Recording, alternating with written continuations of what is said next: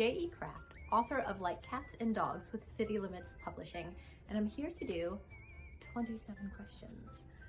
Also, there might be a couple furry guests who want to interrupt, so I did write a book about cats and dogs. There's a reason. So, as we get into it, and I just like to look at this adorable dog bowl. This is exactly why I wrote a book about cats and dogs, because I love them and all their distractingness. All right, shall we? Shall we, kitty? First question. What emoji do you use the most? That would be the heart emoji. Like, oh, isn't it adorable? And what's happening now is because the cat is getting attention, the dog is asking for some. Let me see if I can introduce you to my very own little doodle. This is Sadie. Sadie, say hello to everybody. Yes, hello. And she is an extreme derp, so that's where that came from. Back to the questions. I'm working. She doesn't care. Next question. What was the last book you read? Like, I'm currently reading like 3 books. That's my norm. The last book that I read was a book on foraging for mushrooms. I love like wild foraging, so I love outdoors. What was the last TV show you binged? Oh, I binged, I don't know if I can say the name of it. It's about a creek. It's about a town, actually. If I can't, you guys can bloop it out, because it's not technically a cuss word. It's the name of the town. It's Schitt's Creek. But you know, if it's not appropriate, that was the last show that I binged, and I'm now watching it again. What's the oddest job you've ever had? The oddest. Well, it was an internship, so I didn't get paid for it, but I worked in an art department. I got to climb up on trussing and paint sets, and now a lot of movies are ruined because I know exactly how they made the magic. It was fantastic and very fun. I recommend it. Coffee or tea? I should show you my tea shelf. Now, I like coffee. I can't drink it right now because I have tachycardia, so caffeine is out. But the amount that I love tea is perhaps a little much. People come over and I'm like, here, you should have this tea. Have you ever had this tea? Definitely tea. What do you plan on writing this year? I plan on writing the sequel to the vampire novel, The Survivors, which is also coming out with City Limits, April 13th. So that's my big project for this year. Favorite plot twist from a book or movie? I'm really good at guessing plot twists. So anytime a book or movie takes me by surprise, I love it so much.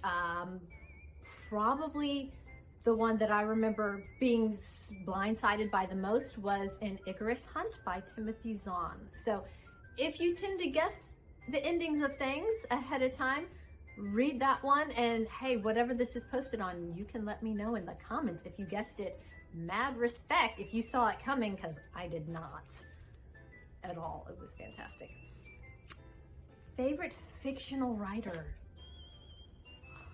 Can I do by genre? Like, how do people have a favorite?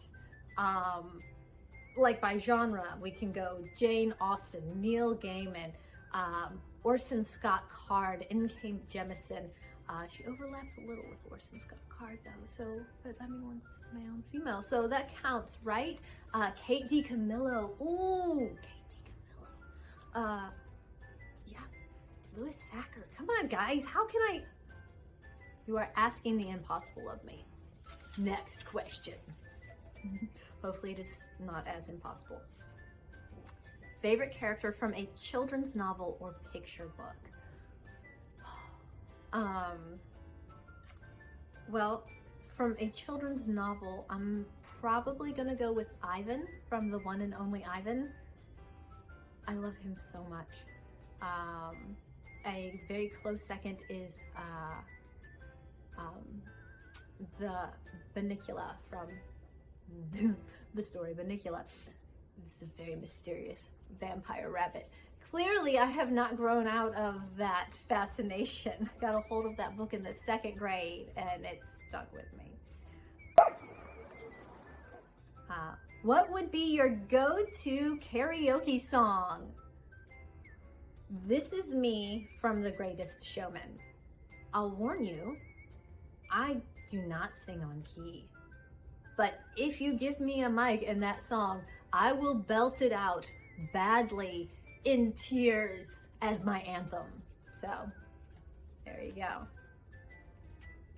Who would you cast to voice the characters in an animated movie adaptation of like Cats and Dawgs? The dream team would be Amy Poehler and Nick Offerman. So Amy Poehler would clearly be Doodle. Clearly, can't you see it? Nick Offerman as Kit, like, get away from me. Oh my god. Ooh, oh, and we can go with Nicolas Cage as Stank Eye, the alley cat.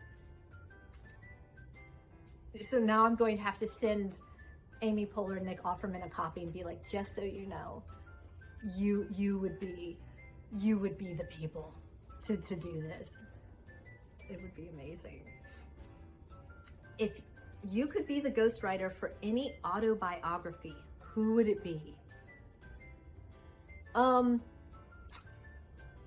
gonna go with Neil Gaiman just because I would love to sit in a room with him and be like, tell me more. Oh, that's good.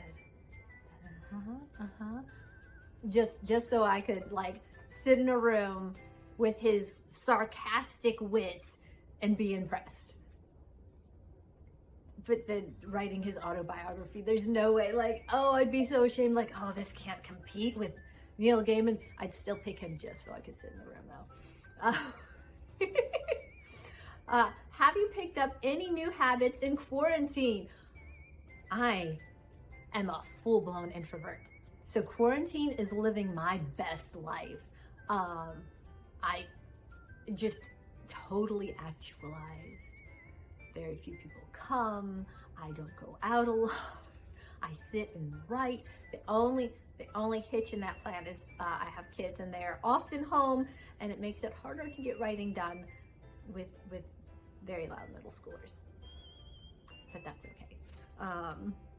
So no, not really. I haven't picked up new habits. I have just sank into the ones I was already nurturing.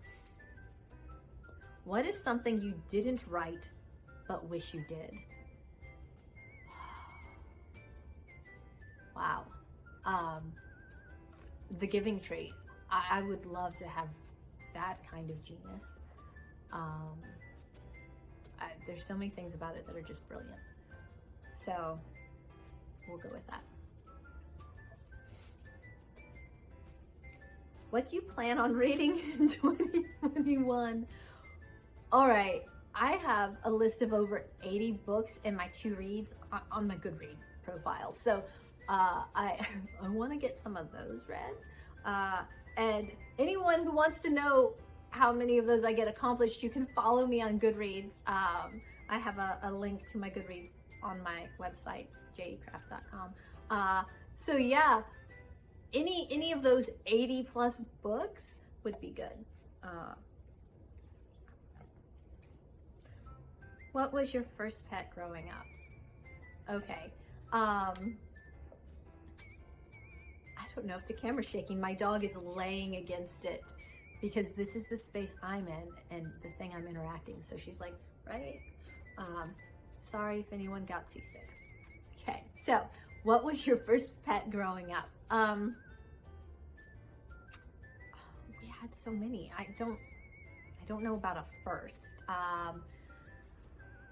The one that was like my heart was a boxer dog named Muggs.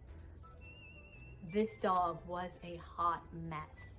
And some of the inspiration for things that I put in like Cats and Dogs comes from the mistakes we learned and not knowing how to properly care for or train a dog. And so in the book, I kind of have the family getting a dog without knowing things because that's what we did. And we didn't learn all of those things with Muggs. It would have been great. He was still the best dog.